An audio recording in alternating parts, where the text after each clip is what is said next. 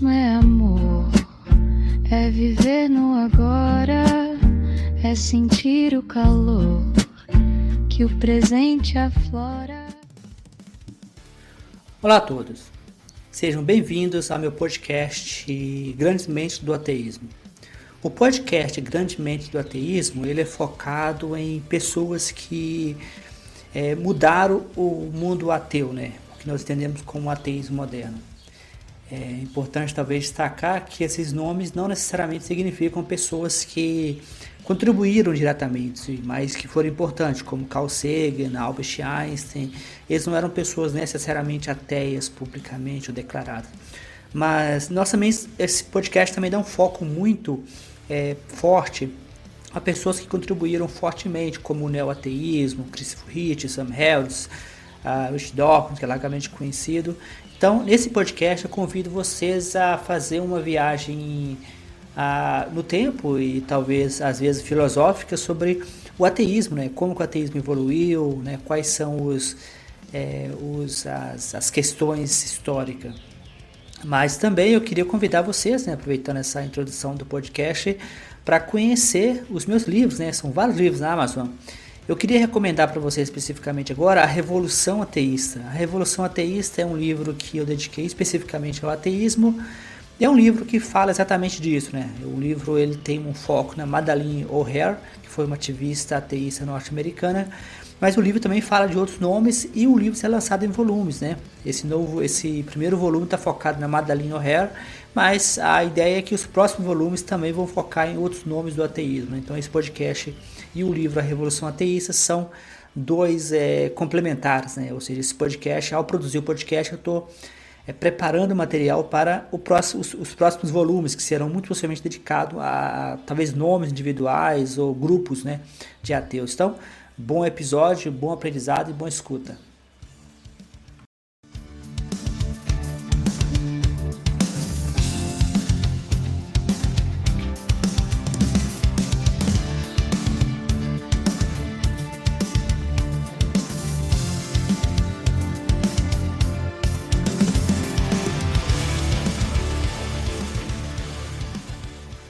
Sabe aquela frase que sempre aparece em discussões na internet? Quase como um checkmate? Sei bem qual é. Alguém tá lá num debate sobre ciência e religião e de repente solta. Até Einstein criticava os ateus, ele os chamava de fanáticos. E pronto, parece que o argumento acabou, né? Acabou. É como usar o maior gênio do século XX como um porrete para encerrar a conversa. É uma tática retórica muito, muito eficaz, porque invoca uma autoridade que, poxa, é quase inquestionável. Exato. Mas, como quase sempre acontece com essas citações usadas como arma, a história por trás dela é muito mais complexa e, francamente, bem mais interessante. Exatamente. E é por isso que a gente está aqui hoje. A nossa missão, e a gente se baseou num artigo excelente do Jorge Guerra Pires, lá do blog Mente Ateísta, a gente não quer só responder se a frase é, sei lá, fato ou fake. Não, o buraco é bem mais embaixo, muito mais. A gente quer entender, ele realmente disse isso? Se disse, em que circunstância? O que ele queria dizer de verdade? E por que essa frase específica, de tudo que ele já escreveu, virou tão famosa e tão distorcida? É uma investigação mesmo, sabe? Sobre como as ideias de uma figura histórica são moldadas, simplificadas e, por vezes, domesticadas para servir a propósitos que não eram os originais. Vamos ver que a história completa não serve bem para nenhum dos lados dessa guerra cultural. É muito mais cheia de nuances. Ok, então vamos começar pelo básico, pelo ponto de partida de qualquer checagem. A citação é autêntica?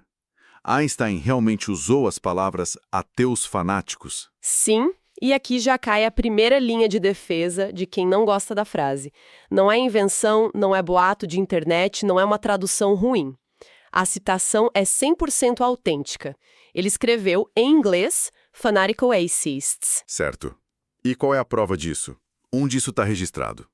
A prova é documental e sólida como uma rocha. O artigo do Pires detalha isso muito bem. A frase está numa carta privada que o Einstein escreveu no dia 7 de agosto de 1941. Uma carta privada? Exato. E isso não é nenhuma descoberta recente. O historiador da física Max Jammer, um nome de peso na área, publicou e analisou essa carta no livro dele de 1999, Einstein and Religion. Ah, então já é conhecida há tempos. Há muito tempo. E para quem quiser ir mais fundo ainda, o manuscrito original está lá, devidamente catalogado nos arquivos Albert Einstein com o código REAL 54927. Ou seja, não existe a menor dúvida sobre a autenticidade. Entendi. Então a carta existe, a frase está lá. Isso. Isso torna tudo ainda mais confuso para mim. Se a frase é 100% real, por que tanta polêmica? Onde é que está a pegadinha? Eu achei que o debate era se ele tinha dito ou não. E essa é a pergunta-chave. A pegadinha não está na frase em si, está em tudo que a rodeia. O problema é que ela é apresentada como um item de museu, sabe? Isolada, numa caixinha de vidro, fora do seu habitat natural. Um recorte. Um recorte seletivo. O artigo mostra que o truque é esse. A frase sobre os ateus fanáticos é a segunda parte de um parágrafo. É o que vem antes dela que muda completamente o jogo. Ok, agora sim. Agora as coisas começam a ficar interessantes. Então existe um contexto maior que é convenientemente ignorado. O que dizia o resto do parágrafo? Exato. E se prepare porque o parágrafo completo tem um tom muito diferente. Conforme apresentado no artigo do Pires, Einstein escreveu o seguinte, e eu vou ler o trecho inteiro. Por favor. Fui latido por numerosos cães que ganham seu sustento guardando a ignorância e a superstição em benefício daqueles que lucram com isso. Depois, aos ateus fanáticos, cuja intolerância é do mesmo tipo que a intolerância dos fanáticos religiosos e provém da mesma fonte. Eles são como escravos que ainda sentem o peso de suas correntes, que lançaram fora após dura luta. São criaturas que, em seu rancor contra a tradicional droga do povo, não conseguem ouvir a música das esferas. Peraí, vamos com calma. A primeira frase. Ele está falando da religião organizada aí, certo?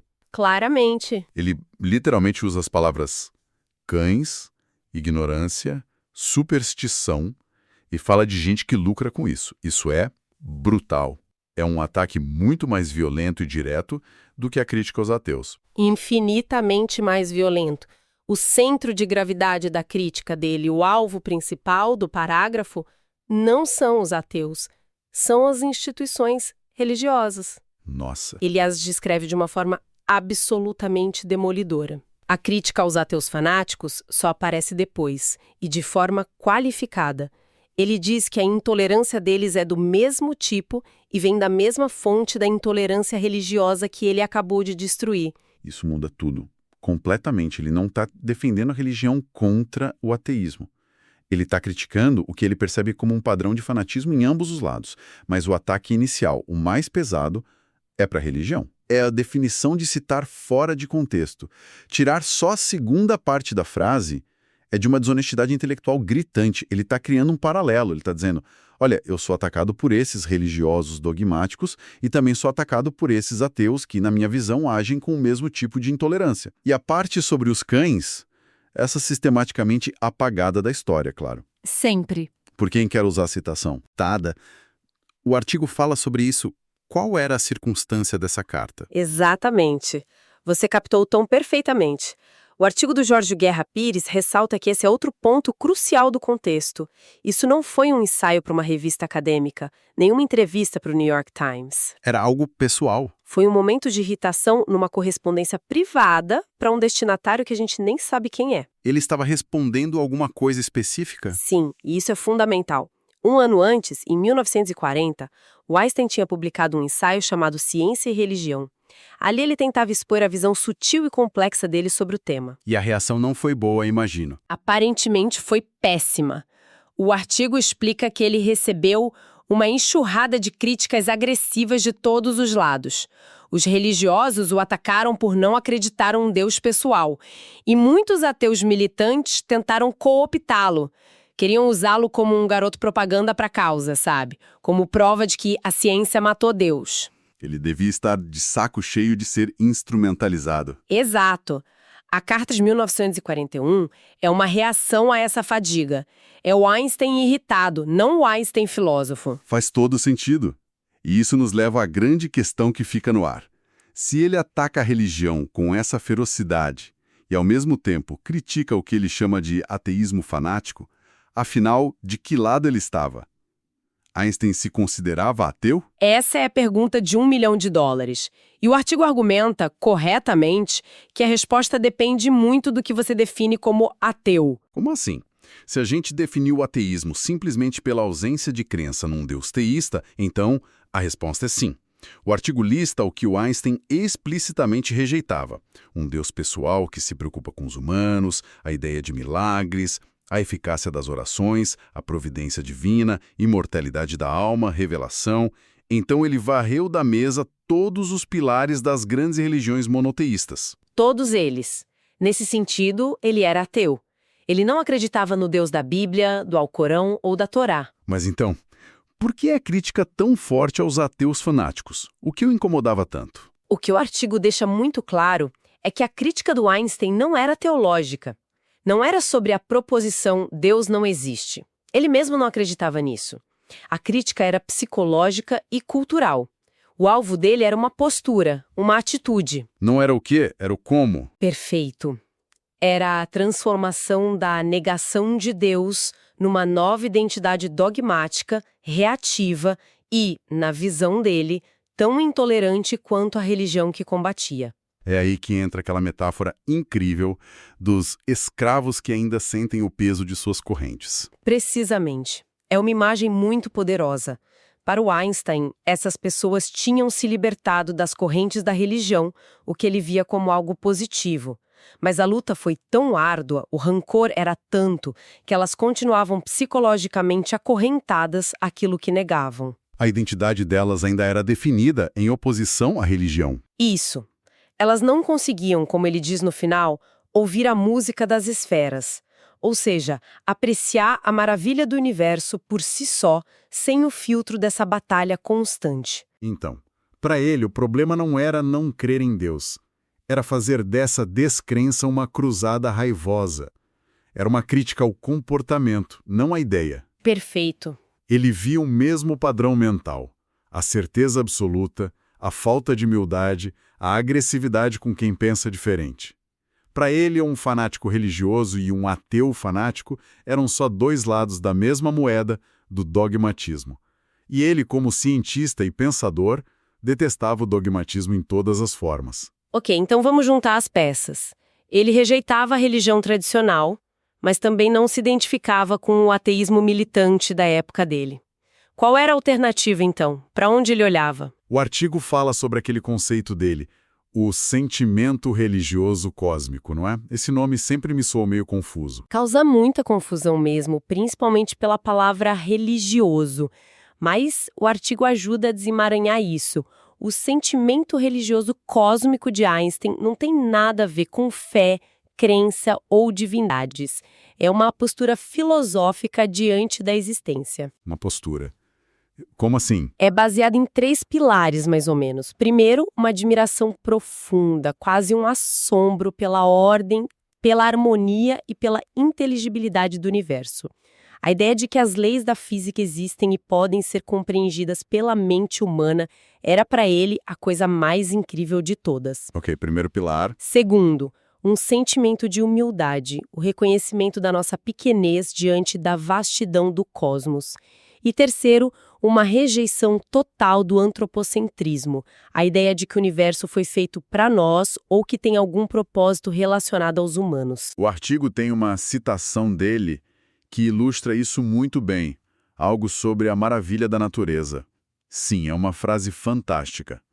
A maravilha da natureza não se torna menor pelo fato de não poder ser medida pelos padrões da moral humana e dos objetivos humanos. Uau! Em outras palavras, o universo é majestoso por si só, não porque ele se importa conosco ou tem um plano para a humanidade.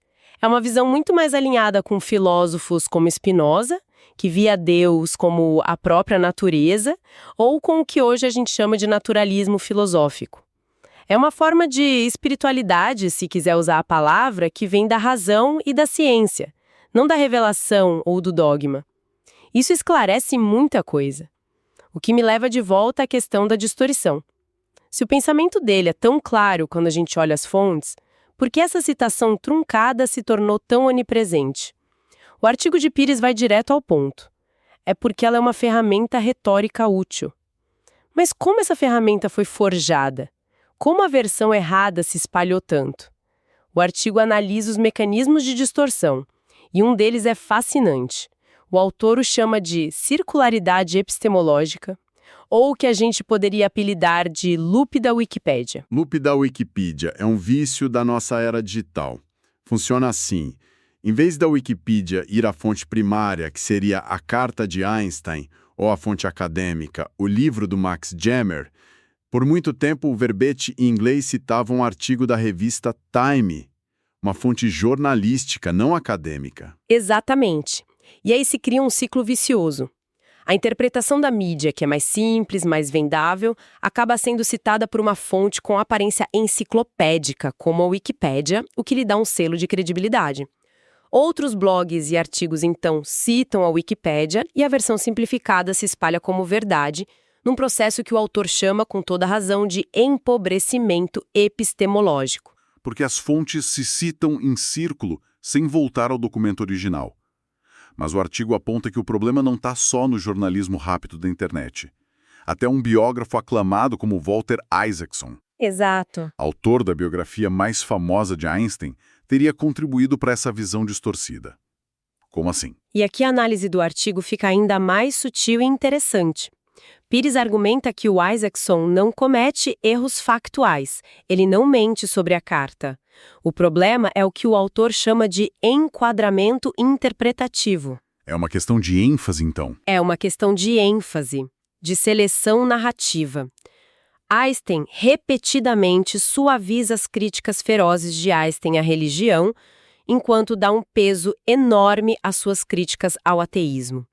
Ele cria uma falsa simetria, ou até uma simetria invertida, sugerindo que Einstein era mais crítico dos ateus do que da religião. Então ele pega aquela frase sobre os cães guardiões da superstição e coloca numa nota de rodapé, enquanto a frase sobre os ateus fanáticos vira título de capítulo metaforicamente falando. É uma ótima maneira de colocar.